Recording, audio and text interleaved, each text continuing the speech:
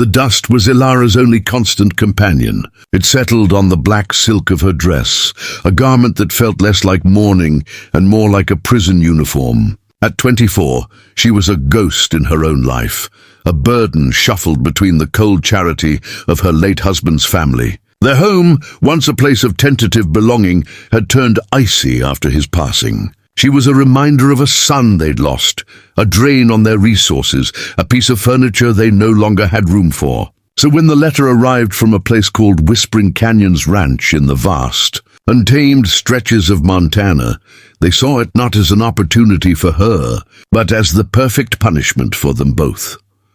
The letter was from a man named Caleb. It was a terse, businesslike response to their inquiry about a potential wife. He wasn't looking for love, he wrote. He was looking for a sturdy pair of hands and a quiet presence.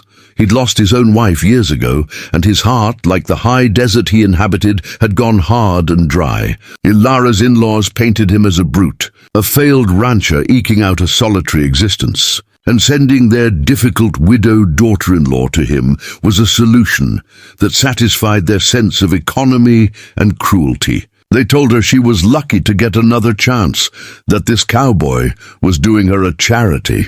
Elara, her spirit as frayed as the hem of her traveling dress, believed them. The man who met her at the remote train depot was carved from the same granite as the mountains that shadowed the valley. Caleb was tall and lean, his face a roadmap of sun and sorrow, his eyes the color of a winter sky and just as distant. He took her single, worn trunk with a grunt, nodded a silent greeting, and helped her into the buckboard wagon. The journey to his ranch was a symphony of silence, broken only by the creak of leather and the sigh of the wind. Elara watched the endless, rolling land, a tapestry of gold and green under a colossal blue sky, and felt a profound, terrifying smallness. Whispering Canyons was a testament to a struggle. The ranch house was a sturdy but weathered log structure, its porch sagging with the weight of lonely winters. Inside was sparse, functional, and devoid of a woman's touch. There were no curtains, no pictures on the wall, just the lingering scent of wood smoke and solitude. Caleb showed her to a small room with a narrow cot. "You'll cook, clean, and tend the garden," he said, his voice rough as gravel. "I'll tend the stock. We'll stay out of each other's way." And so they did. Days bled into weeks, each one a carbon copy of the last. Elara cooked his meals, which he ate in silence. She mended his clothes, which he accepted with a nod. She tried to bring life to the barren garden, her hands, once soft, growing calloused and brown. She was a shadow in his house, and he was a monument to grief in his. He was not unkind, merely absent, a man who had walled off his heart so completely that not even a sliver of light could get in. Elara felt the old narrative confirming itself. She was a punishment, and he was her sentence. The first crack in the ice came on a day of violent spring thunderstorm. A flash flood tore through a dry wash, spooking the cattle and sending the herd scattering. Caleb spent 16 hours in the saddle, fighting the elements and his own desperation. He returned to the ranch house near midnight, soaked to the bone, shivering with a cold that seemed to come from his very marrow. He stumbled through the door, expecting the usual darkness and silence. Instead, he found lamplight pooling warmly on the kitchen table. A pot of stew simmered on the stove, and Elara was there, waiting. She didn't speak. She simply took his dripping coat, guided him to a chair by the newly stoked fire, and handed him a steaming mug of coffee laced with a drop of whiskey. As he sat there thawing, he watched her. He saw the quiet efficiency in her movements, the way she laid out a dry blanket without being asked, the genuine concern that shadowed her eyes. This wasn't the act of a woman fulfilling a duty. This was an act of humanity. "The yearling!" he rasped, his voice raw. The little black one got swept away. Couldn't get to her in time. Elara stopped what she was doing and looked at him, truly looked at him. She saw not a hardened cowboy, but a man grieving the loss of a helpless creature, a man who shouldered every failure as a personal sin. She saw a reflection of her own loneliness. "I'm sorry," she said, her voice soft but clear. It was the first personal word they had exchanged. That single moment of shared vulnerability was a seed planted in barren soil. It didn't bloom overnight, but it took root. Caleb began to notice things. He noticed how Elara would save the crusts of bread for the birds, how she hummed old hymns under her breath while kneading dough. A sound so sweet it made his chest ache. He saw the way she'd stand on the porch at sunset, her face tilted to the dying light, not with sadness, but with a quiet reverence he'd forgotten.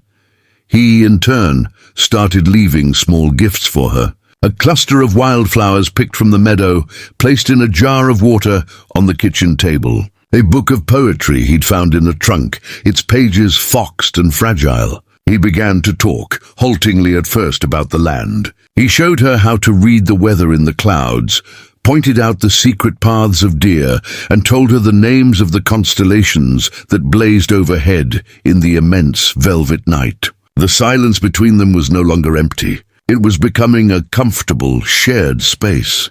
The transformation reached its emotional climax during the summer roundup. A group of cowboys from a neighboring spread came to help, a boisterous, rough-edged crew. Among them was a man named Jed, whose eyes held a predatory glint. He watched Elara with an unwelcome intensity, making comments under his breath about Caleb's good fortune in acquiring such a fine-looking housekeeper. Caleb's jaw tightened, but he said nothing, the old habit of isolation holding him back. On the final evening, as the men sat around the campfire, Jed's comments grew bolder, laced with disrespect. He implied that Elara was a woman of easy virtue, sent away by her family for reasons he could well imagine. Laughter, uneasy and complicit, rippled through some of the other men. Elara, who was bringing a fresh pot of coffee, froze. The old shame, the feeling of being a burden, a thing to be discarded and mocked, washed over her. She looked at the ground, her shoulders slumping, preparing to retreat into the shadows once more. But Caleb rose to his feet. The firelight cast his tall frame in sharp relief, and his voice, when he spoke, was low and deadly calm, carrying across the crackling fire. "You'll apologize to my wife," he said. The word hung in the air, wife. It wasn't a legal title, but a shield, a declaration. The camp fell utterly silent. Jed, emboldened by whiskey, sneered. "Or what, old man?"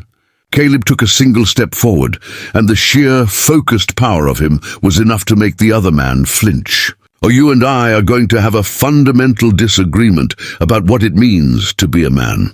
You see her?" He pointed to Elara, who was now looking at him, her eyes wide with shock and a burgeoning hope.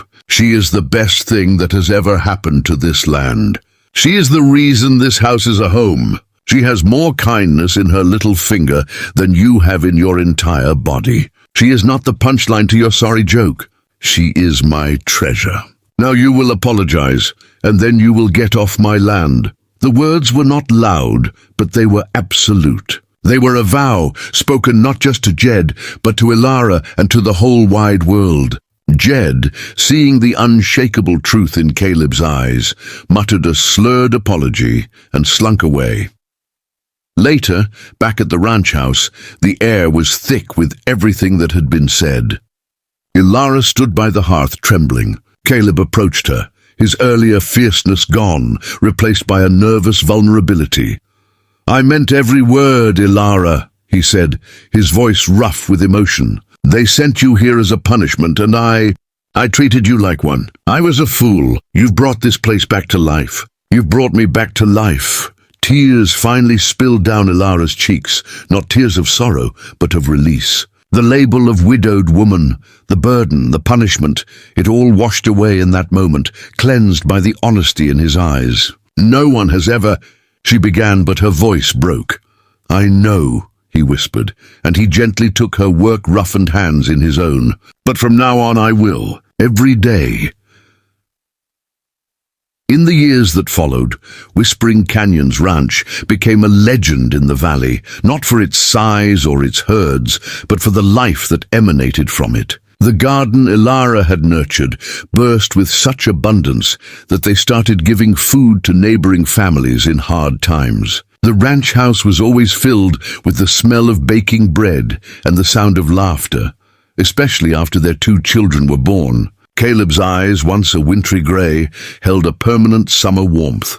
They were a partnership, a union forged not in convenience, but in chosen love. Elara was never a punishment again. She was his partner, his confidant, the keeper of his heart. And Caleb, the man who thought he needed only a pair of hands, discovered he had needed a heart to hold, a soul to share the silence with. He had been sent a woman broken by grief, and together they had gathered the pieces and built something more beautiful than either could have imagined alone. They proved that sometimes the greatest treasures are not found in gold or glory, but are sent to us disguised as hardship, waiting for a little kindness to reveal their priceless, enduring worth.